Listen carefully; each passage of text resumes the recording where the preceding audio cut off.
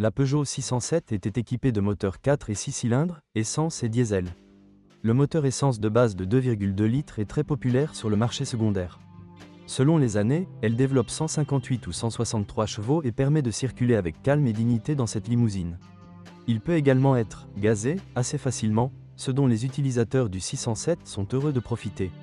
Cependant, le moteur essence V6 de 3 litres convient parfaitement au caractère de la voiture. Il fonctionne sans problème et sans vibration, avec une consommation de carburant relativement élevée.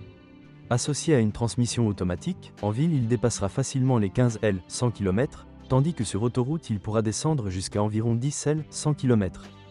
211 chevaux ne font pas de la 607 une athlète, mais 8,1 secondes au sprint de 0 à 100 km/h ne peuvent guère être considérés comme un mauvais résultat.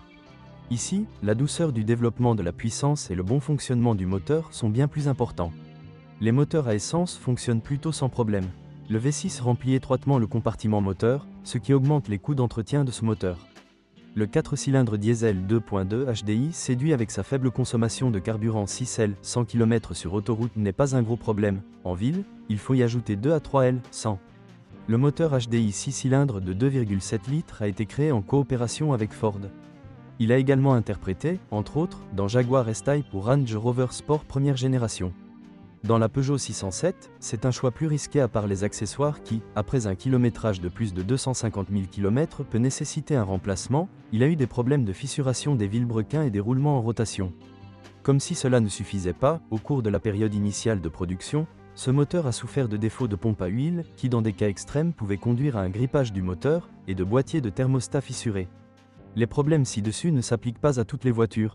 Il existe sur le marché des voitures avec un kilométrage d'environ 400 000 km. Le plus important est un entretien adéquat et un raccourcissement des intervalles de vidange d'huile. La suspension sur les routes défoncées peut nécessiter une intervention même tous les 70 000 à 80 000 km. Les premiers à abandonner sont les embouts de biellettes de direction et les biellettes stabilisatrices. L'essieu arrière est une conception multibras, sa réparation complète peut être coûteuse. Dans plusieurs conditions, la Peugeot 607 est une bonne option de limousine à un prix raisonnable. La voiture est de bien meilleure qualité que son prédécesseur, a fière allure et ne rouille pas.